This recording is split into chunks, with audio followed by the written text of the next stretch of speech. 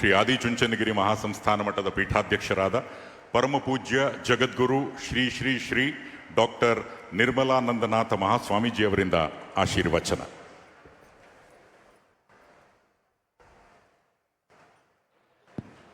ಮುಖ್ಯಮಂತ್ರಿಗಳಿಗೆ ಪರಮಪೂಜ್ಯ ಶಿವರಾತ್ರಿ ದೇಶಿಕೇಂದ್ರ ಮಹಾಸ್ವಾಮೀಜಿಯವರು ಆಶೀರ್ವಾದವನ್ನು ಮಾಡ್ತಾ ಇದ್ದಾರೆ. ಇದರ ನಂತರ ನಿರ್ಮಲಾನಂದನಾಥ ಮಹಾಸ್ವಾಮೀಜಿಯವರು ಮಾತನಾಡಲಿದ್ದಾರೆ.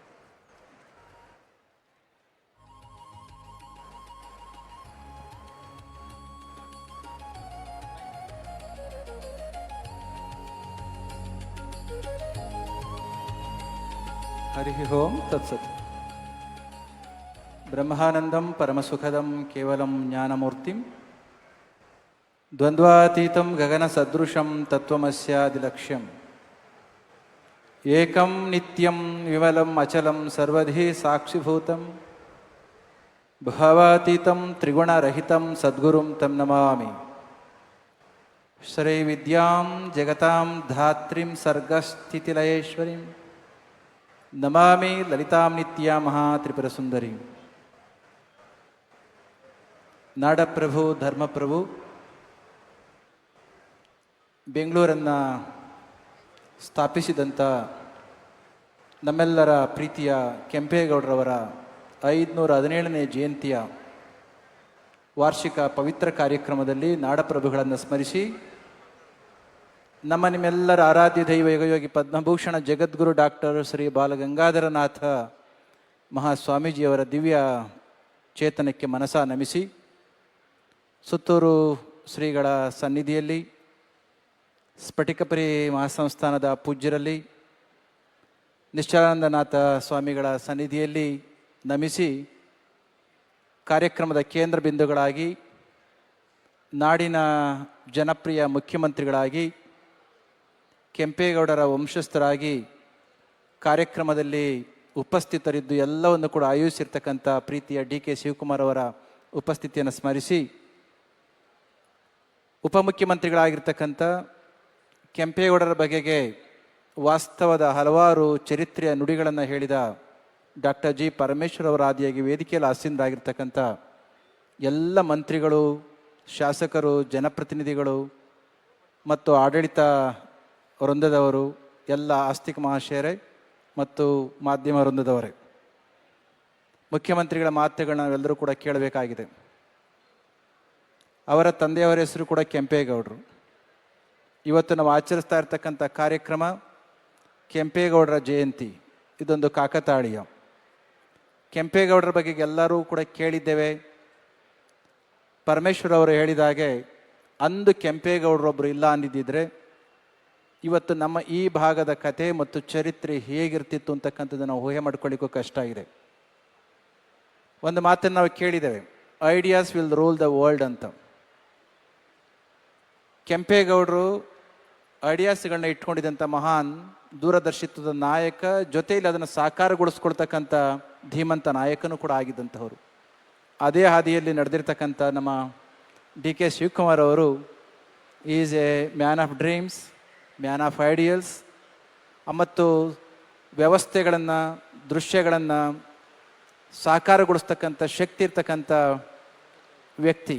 ಅಂತಹ ಡಿ.ಕೆ. ಶಿವಕುಮಾರ್ ಅವರ ನೇತೃತ್ವದಲ್ಲಿ ನಡೀತಾ ಇರ್ತಕ್ಕಂಥ ನಾಡಪ್ರಭು ಕೆಂಪೇಗೌಡರ ಜಯಂತಿ ತುಂಬ ಚೆನ್ನಾಗಿ ನಡೆದಿದೆ. ಇದೇ ದಾರಿಯಲ್ಲಿ, ರಸ್ತೆಯಲ್ಲಿ ಇವತ್ತು ಬೆಂಗಳೂರನ್ನು ವಿಶ್ವಮಾನ್ಯಗೊಳಿಸಿದಂಥ ಎಸ್.ಎಂ. ಕೃಷ್ಣರವರ ಹೆಸರನ್ನು ಇಟ್ಟಂಥ ಈ ರಸ್ತೆಯಲ್ಲಿ, ಹೆದ್ದಾರಿಯಲ್ಲೇ ಕಾರ್ಯಕ್ರಮ ನಡೀತಾ ಇರ್ತಕ್ಕಂಥದ್ದು. ಎಸ್.ಎಂ. ಕೃಷ್ಣರವರ ಗರಡಿಯಲ್ಲಿ ಪಳಗಿದಂಥ ಡಿ.ಕೆ. ಶಿವಕುಮಾರ್ ಅವರು ಅಂತಹದೇ ದೃಷ್ಟಿಯಿಂದ ಬೆಂಗಳೂರಿಗೆ ಮತ್ತಷ್ಟು ಗರಿಯನ್ನು, ದೃಷ್ಟಿಯನ್ನು ಮತ್ತು ಅಭಿವೃದ್ಧಿಯನ್ನು ತಂದುಕೊಡ್ತಾ ಇರತಕ್ಕಂಥದ್ದು ಎಲ್ಲರ ಅಭಿಪ್ರಾಯ ಆಗಿದೆ. ಖಂಡಿತ ಅದನ್ನು ಸಾಕಾರಗೊಳಿಸ್ಕೊಳ್ತಾರೆ ಅಂತಕ್ಕಂಥದ್ದು ನಮ್ಮ ಅಭಿಪ್ರಾಯವೂ ಆಗಿದೆ.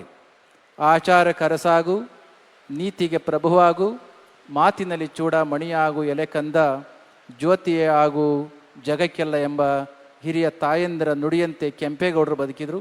ಅದೇ ರೀತಿಯಲ್ಲಿ ಡಿ.ಕೆ. ಶಿವಕುಮಾರ್ ಅವರು ಕೂಡ ಬದುಕಿ ಆ ಮಾತನ್ನು ಸತ್ಯವಾಗಿಸ್ತಕ್ಕಂಥ ನಿಟ್ಟಿನಲ್ಲಿ ನಡೆದಿದ್ದಾರೆ ಎಂಬ ಮಾತನ್ನು ಈ ಸಂದರ್ಭದಲ್ಲಿ ಹೇಳಿ, ಹಿಂದಿನ ಸರ್ಕಾರಗಳಲ್ಲಿ ಸಿದ್ದರಾಮಯ್ಯನವರು ಮತ್ತು ಡಿ.ಕೆ. ಶಿವಕುಮಾರ್ ಅವರು ಕೂಡ ಸೇರಿ ಅಂದು 500 ವರ್ಷಗಳಿಂದ ಇಲ್ಲದೇ ಇದ್ದಂಥ ಜಯಂತಿಯನ್ನು ಇವರೀರ್ವರು ಕೂಡ ಸೇರಿ ಅವರ ಸರ್ಕಾರದಲ್ಲಿ ಜಯಂತಿಯನ್ನು ಆಚರಿಸಲಿಕ್ಕೆ ಹೊರಟಂಥ ಸಂದರ್ಭದಲ್ಲಿ ನಾಡಪ್ರಭು ಕೆಂಪೇಗೌಡರ ಆದರ್ಶದ ನುಡಿಗಳು ನಾಡಿಗೆಲ್ಲ ತಲುಪ್ತಕ್ಕಂಥ ಕೆಲಸ ಆಗ್ತಾ ಇದೆ. ಇವತ್ತು ಹಲವಾರು ಸಮಸ್ಯೆಗಳು ಇರಬಹುದು. ಇರುವ ಎಲ್ಲ ಸಮಸ್ಯೆಗಳಿಗೆ ಕೆಂಪೇಗೌಡರ ಪರಿಹಾರ ಅಂದರೆ ತಪ್ಪಾಗಲಾರದು. ಇರ್ತಕ್ಕಂಥ ಗ್ಲೋಬಲ್ ವಾರ್ಮಿಂಗಿಗೆ ಕೆಂಪೇಗೌಡರ ಆದರ್ಶಗಳು ಒಂದು ಪರಿಹಾರ, ಇರ್ತಕ್ಕಂಥ ನಿರುದ್ಯೋಗಕ್ಕೆ ಅವರೇ ಪರಿಹಾರ, ಮತ್ತು ಒಂದು ಸೃಷ್ಟಿಸಿ ಹೋಗಿರ್ತಕ್ಕಂಥ ಕೆಂಪೇಗೌಡರ ಬೆಂಗಳೂರು ಇವತ್ತು ಇಡೀ ನಾಡಿನಲ್ಲಿ, ಇಡೀ ದೇಶದಲ್ಲಿ ಪರ್ ಕ್ಯಾಪಿಟ ಇನ್ಕಮ್ನಲ್ಲಿ ನಂಬರ್ 1 ಅಂದರೆ ತಪ್ಪಾಗಲಾರದು. ನಮ್ಮ ದೇಶದ average per capita income 2.5 lakh ಇದ್ದದ್ದೇ ನಮ್ಮ ಕರ್ನಾಟಕದ್ದು 4.5 ಲಕ್ಷ ಪರ್ ಕ್ಯಾಪಿಟ. ಆದರೆ ಇರ್ತಕ್ಕಂಥ ದೊಡ್ಡ ದೊಡ್ಡ ನಗರಗಳು ನಮ್ಮ ದೇಶದಲ್ಲಿ ಏನಿದಾವಲ್ಲ, ಆ ಎಲ್ಲ ನಗರಗಳಿಗೆ ಹೋಲಿಕೆ ಮಾಡಿಕೊಂಡದ್ದೇ ನಮ್ಮ ಬೆಂಗಳೂರು ನಗರದ ವ್ಯಕ್ತಿಯ ತಲಾ ಆದಾಯ 8 ಲಕ್ಷ ರೂಪಾಯಿ ವಾರ್ಷಿಕ ಅಂತ ಅಂದರೆ ಬೆಂಗಳೂರನ್ನು ಕಟ್ಟಿ ಹೋಗಿರ್ತಕ್ಕಂಥ ಕೆಂಪೇಗೌಡರ ಅಂದಿನ ಆದರ್ಶ ಯಾವ ರೀತಿಯಲ್ಲಿ ಸಾಕಾರಗೊಳ್ತಾ ಇದೆ, ಇದು ಮತ್ತಷ್ಟು ಉಜ್ವಲವಾಗಿ ಬೆಳಗಬೇಕು ಅಂತಂದರೆ ಬೇಕಾಗಿರ್ತಕ್ಕಂಥ ಹಲವಾರು ಅಗತ್ಯತೆಗಳನ್ನು ಪೂರೈಸ್ತಕ್ಕಂಥ ಅವಶ್ಯಕತೆ ಇದೆ. ಇನ್ನು ಹಲವಾರು ಬೇಡಿಕೆಗಳು ಮತ್ತು ಅಭಿಪ್ಸೆಗಳು ಇದ್ದೇ ಇದೆ ಕೆಂಪೇಗೌಡರ ಹೆಸರಿನಲ್ಲಿ ಆಗಬೇಕಾಗಿರ್ತಕ್ಕಂಥದ್ದು. ನಮ್ಮ ಮುಖ್ಯಮಂತ್ರಿಗಳಿಗೆ ಎಲ್ಲ ವಿಚಾರಗಳು ಕೂಡ ಗೊತ್ತಿರೋದ್ರಿಂದ ಅವುಗಳನ್ನು ಹಂತ ಹಂತವಾಗಿ ಸಾಕಾರಗೊಳಿಸ್ತಾರೆ ಎಂಬ ಒಂದು ಭಾವನೆಯನ್ನು ಮನಸ್ಸಿನಲ್ಲಿ ಹೊತ್ತು ಈ ಹಿಂದೆ ನಮ್ಮ ಜಾರ್ಜ್ ಅವರು ಏನಿದ್ದಾರೆ ಕೆಂಪೇಗೌಡರ ಅಧ್ಯಯನ ಸಂಸ್ಥೆಯನ್ನು ಜ್ಞಾನಭಾರತಿ ಆವರಣದಲ್ಲಿ ಬೆಂಗಳೂರು ವಿಶ್ವವಿದ್ಯಾಲಯದಲ್ಲಿ ತಾವು ಸ್ಟಾರ್ಟ್ ಮಾಡಿದ್ರಿ. ಆ ಕೆಲಸ ಪ್ರಾರಂಭ ಆಗಿ ಮುನ್ನಡೀತಾ ಇದೆ. ಅದೇ ಕಾರ್ಯವನ್ನು ಮುನ್ನಡೆಸ್ತಕ್ಕಂಥ ಒಂದು ಭಾವನೆಯನ್ನು ಡಿ ಕೆ ಶಿವಕುಮಾರ್ ಅವರು ಮುಖ್ಯಮಂತ್ರಿಗಳಿಗೆ ಈಗಾಗಲೇ ಹೇಳಿದ್ದಾರೆ. ಅದು ಆದಷ್ಟು ಕೂಡ ಬೇಗ ಮುಗಿದು ಕೆಂಪೇಗೌಡರ ಅಧ್ಯಯನವನ್ನು ಅರ್ಥಪೂರ್ಣವಾಗಿ ನಡೆಸುವಂತಾಗಲಿ ಎಂಬ ಮಾತನ್ನು ಈ ಸಂದರ್ಭದಲ್ಲಿ ಹೇಳಿ, ಹಲವಾರು ಬೇಡಿಕೆಗಳು ಮತ್ತು ಅಭಿಪ್ಸೆಗಳನ್ನು ನೆರವೇರಿಸುವ ಆ ಒಂದು ಆಸೆ, ನೆರವೇರಿಸಬೇಕು ಅಂತಕ್ಕಂಥ ಆಸೆ ನಮಗೂ ಇದೆ. ಅವುಗಳನ್ನು ಸಾಕಾರಗೊಳಿಸ್ತಕ್ಕಂಥ ಶಕ್ತಿಯನ್ನು ಮತ್ತು ಮನಸ್ಸನ್ನು ಭಗವಂತ ದಯಪಾಲಿಸಲಿ ಅಂತ ಹೇಳಿ ಅವರ ಮಾತುಗಳನ್ನು, ಮುಖ್ಯಮಂತ್ರಿಗಳ ಮಾತುಗಳನ್ನ ಕೇಳಲಿಕ್ಕೋಸ್ಕರ ನನ್ನ ಮಾತುಗಳನ್ನು ಮುಗಿಸ್ತಾ ಇದ್ದೇನೆ. ಜೈ ಶ್ರೀ ಗುರುದೇವ್.